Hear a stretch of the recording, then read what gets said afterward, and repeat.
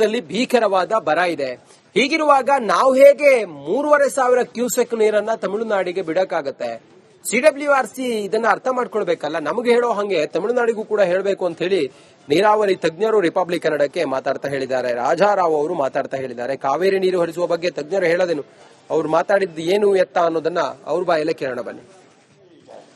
ತಮಿಳುನಾಡು ಅವ್ರು ಏನ್ ಹೇಳಿದ್ದಾರೆ, ಅವರು ಸೀನಿಯರ್ ಅಡ್ವೊಕೇಟು ಸುಪ್ರೀಂ ಕೋರ್ಟ್ ಮುಂದೆ, ಬಹುಶಃ ನಮ್ಮ ಕುರುವೈ ಕ್ರಾಪ್ ಎಲ್ಲವೂ ನಾವು ಗ್ರೌಂಡ್ ವಾಟರ್ ಇಂದಲೇ ಬೆಳೀತಾ ಇದ್ದೀವಿ ಅಂತ ಸುಪ್ರೀಂ ಕೋರ್ಟ್ ಮುಂದೆ ಖಡಾಖಂಡಿತವಾಗಿ ಹೇಳಿದ್ದಾರೆ. ಅವಾಗ ಸರ್ಫೇಸ್ ವಾಟರ್ ಇರಲ್ಲ, ನಮಗೆ ಬೇಕು ಅಂತ.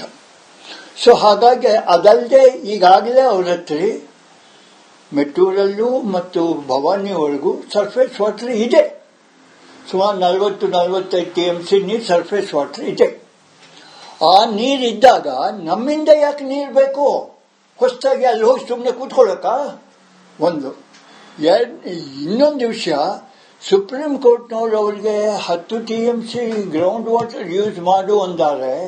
ಅದನ್ನು ಯಾವಾಗ ಮಾಡಬೇಕು ಅಂತ ನಮ್ಮವರು ಕೇಳಲಿಲ್ಲ, ಅವರು ಕೇಳಲಿಲ್ಲ. ಅದು ಯಾಕೆ ಇಬ್ಬರಿಗೂ ಉಪಯೋಗ